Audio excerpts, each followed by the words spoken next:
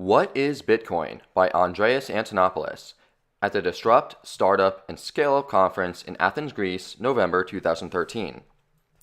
As a note, this talk was given in late 2013. Bitcoin transactions are no longer free, but fees are minimal. Currently, transaction fees are approximately 10 cents per transaction, regardless of the monetary value of the transaction. Good afternoon, Athens. Thank you for having me today. You want to disrupt? I've got disrupt. I've got downright revolution. Today, we're going to talk about the most exciting, most interesting, and probably the most important technological invention in computer science of the last 20 years. I'm here to talk about Bitcoin. Bitcoin is a digital currency, but it's so much more than that. Saying Bitcoin is digital currency is like saying the internet is a fancy telephone. It's like saying that the internet is all about email. Money is just the first application. Bitcoin is a technology, it is a currency, and it is an international network of payment and exchange that is completely decentralized. It doesn't rely on any bank. It doesn't rely on governments. We have never done this before in the history of humanity. The invention is truly revolutionary. When we look back, we will see that this is a historic moment in the evolution of computer science, but it also is a social and political revolution in the making. So, let's get started. Bitcoin, the invention. Bitcoin is a digital money. It is money just like euros or dollars, only it's not owned by a government. You could send it from any point in the world to any other point in the world instantaneously, securely, and for minimal or no fees at all. 2 days ago, we saw one of the largest transactions ever recorded on the Bitcoin network, where someone transferred $150 million between two Bitcoin accounts in 1 second for 0 fees. Just that allows you to grasp how disruptive this technology is going to be in terms of international payment systems. But this is just the beginning. Bitcoin is a digital currency that came into existence in 2008 as an invention by a person called Satoshi Nakamoto. He published a paper where he had posed that he had found the way to create a decentralized network that could achieve consensus, agreement, without any central controlling authority. Now, if you have studied computer science or disrupted systems, this is known as the Byzantine generals problem. It was first described in 1982. Until 2008, it was an unsolved problem. Then, Satoshi Nakamoto said, "I have solved it." Guess what happened next? Everybody laughed, ignored him, and dismissed him. He published his paper, and 3 months later, he published software that allowed people to start building the Bitcoin network. Bitcoin is not a company. It is not an organization. It is a standard or a protocol, just like TCP/IP or the internet. It's not owned by anyone. It operates by simple mathematical rules that everyone who participates in the network agrees on. Through this simple mechanism, through this invention of Satoshi Nakamoto, Bitcoin is able to allow a completely decentralized network of computers to agree on what transactions have occurred on a network, essentially agreeing on who currently has the money. So, if I send money from my account to somebody else's account in this peer-to-peer, completely decentralized network, it's just like sending an email. There's no one in the middle. Every 10 minutes, the entire network agrees on what transactions have happened without any centralized authority by a simple election that occurs electronically. This particular solution, this invention, is far more important than currency. Currency is just the first app, just the first application that you could build on a distributed consensus system. Other applications include distributed fair voting, stock ownership, asset registration, notarization, and many other applications we've never even thought of before. I discovered Bitcoin for the first time in 2011, and since the internet, I have not felt so completely overwhelmed by the possibilities that I saw. I was there at the dawn of the internet in 1991 when it was pre-commercial. I could see that this was going to change the world, but no one believed me. I have that exact same feeling about Bitcoin. Now, some of you may have heard of Bitcoin as a currency. It is wildly high in price one day and wildly low in price the next. I'm here to tell you to ignore the price, to ignore Bitcoin the money, and understand Bitcoin the technology, the invention, and the network it creates. If we mess up the money, we'll just reboot another currency. The invention of Bitcoin, the technology that makes it possible, cannot be uninvented. It creates the possibilities for decentralized organization on a scale never before seen on this planet. Money for the people. Here's why Bitcoin is important to me.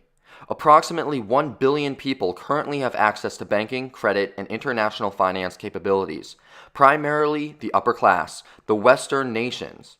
6.5 billion people on this planet have no connection to the world of money.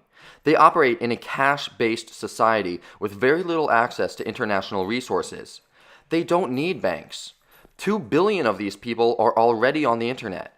With a simple application download, they can immediately become participants in an international economy using an international currency that can be transmitted anywhere with no fees and no government controls. They can connect to a world of international finance that is completely peer-to-peer. Bitcoin is the money of the people. At its center are simple mathematical rules that everyone agrees on and no one controls. The possibility of connecting these 6.5 billion people to the rest of the world is truly revolutionary. Payment processors are going to be affected. These enormous companies charge higher fees to send money to poor destination countries, a situation that is exploitative and corrupt. These organizations make enormous profit for a function that can be done in Bitcoin for nearly free. As the adage of the entire internet once went, I have replaced your entire industry with 100 lines of Python code. That's exactly what we're doing with Bitcoin. Currencies, business, and international payments. How can you use Bitcoin today? Simply speaking, Bitcoin can operate as a currency. You could think of it as buying a foreign currency. You can connect it to an exchange over the web, wire some euros, and use those euros to buy Bitcoin at the current exchange rate. Yet, that's not really the best way to describe it. We're entrepreneurs, right? We want to disrupt. The best way to do this is to find a product or service that you can offer that someone with Bitcoin wants to buy and start earning Bitcoin. Solving payment problems. If you think about starting up a business in an international environment, there are two primary barriers to becoming a global business. The first barrier is that it is difficult to transport products and services across borders.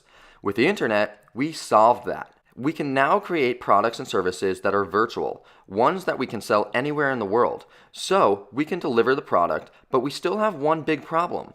How do we get paid? Bitcoin solves that part. It allows us to receive payments from anywhere in the world instantaneously. The Bitcoin network allows any individual to send an amount that is as small as 100 millionth of a Bitcoin, which in today's terms is a very, very tiny amount of money. You can't do that with today's money and payment systems. Credit cards were made in the 1950s, and they were most certainly not made for an internet age.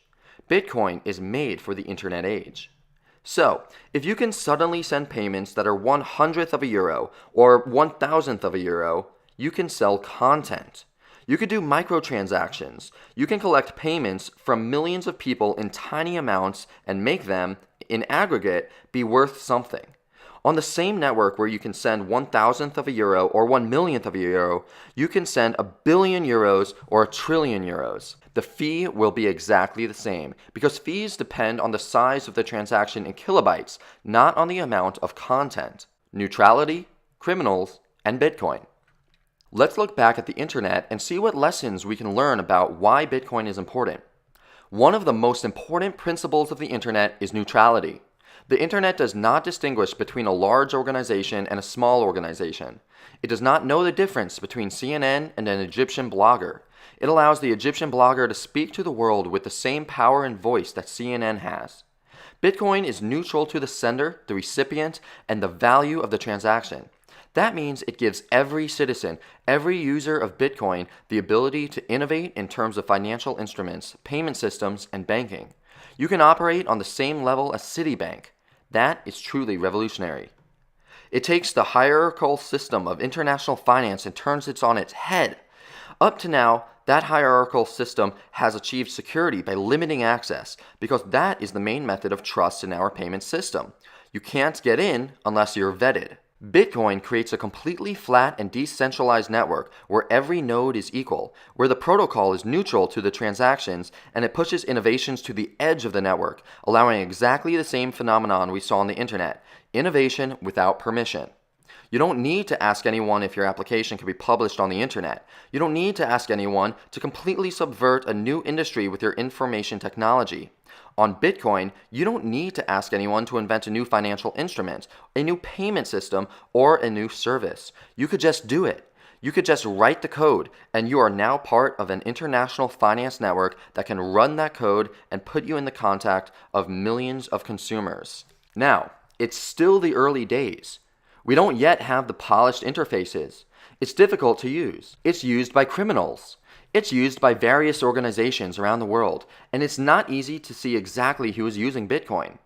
I've heard all of that before. When I was on the internet back in 1991, it was a den of thieves, pornographers, pirates, and criminals.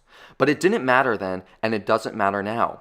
It doesn't matter because the same powerful technology that could be used by a criminal to promote their criminal activities can also be used by all of the rest of us to do good, to do incredible things all across the world, and there are more of us than there are of them.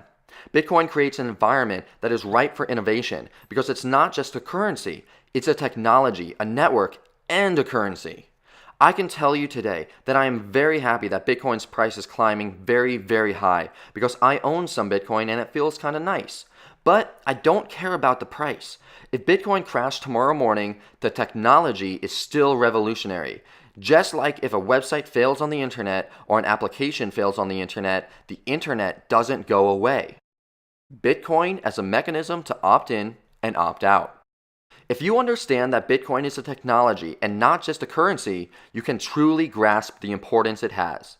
Again, it's not about us. It's about the other 6.5 billion.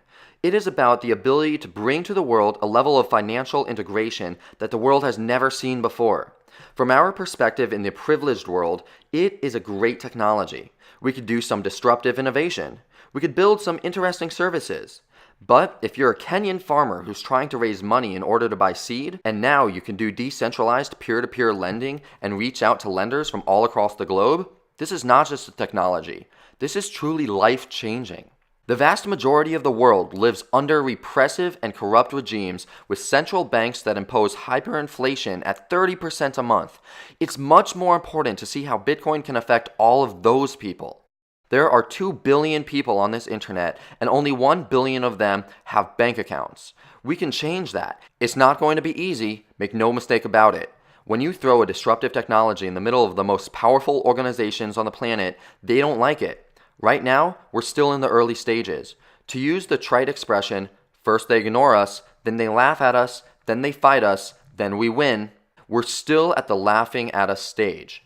That's quite alright, because by the time they get to fighting us, they've already lost. This technology just went global with the introduction of more than $2.5 billion from Chinese investors who discovered a counterbalance to the world domination of the global reserve currency of the US dollar. Altcoins, currencies for everyone. There are almost 200 currencies of the world, but there's only one international currency.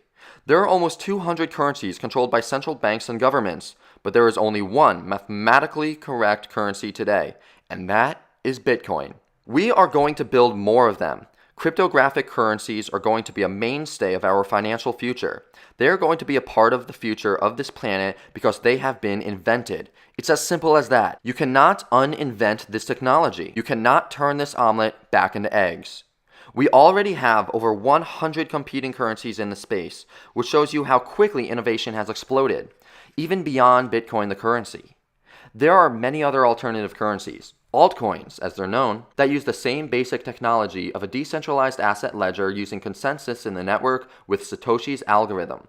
Some of these currencies are inflationary, some deflationary, some use demurrage or negative interest rates, some are charitable and redistribute a proportion of their income to charitable organizations. We can invent money non-stop and create new forms of money and financial instruments. Programmable money for all of us. At the end of the day, Bitcoin is programmable money.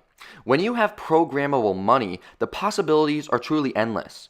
We can take many of the basic concepts of the current system that depend on legal contracts, and we can convert these into algorithmic contracts, into mathematical transactions that can be enforced on the Bitcoin network. As I've said, there is no third party. There is no counterparty. If I choose to send value from one part of the network to another, it is peer-to-peer with no one in between. If I invent a new form of money, I can deploy it to the entire world and invite others to come and join me. Bitcoin is not just money for the internet. Yes, it is perfect money for the internet. It's instant, it's safe, it's free. Yes, it is money for the internet, but it's so much more. Bitcoin is the internet of money. Currency is only the first application. If you grasp that, you could look beyond the price. You could look beyond the volatility. You could look beyond the fad. At its core, Bitcoin is a revolutionary technology that will change the world forever. Join me in the revolution. Thank you. This was a talk by Andreas M. Antonopoulos. You could find this talk on YouTube by typing "The Internet of Money, What is Bitcoin?" You can find this talk, along with many others by Andreas Antonopoulos, in the book The Internet of Money.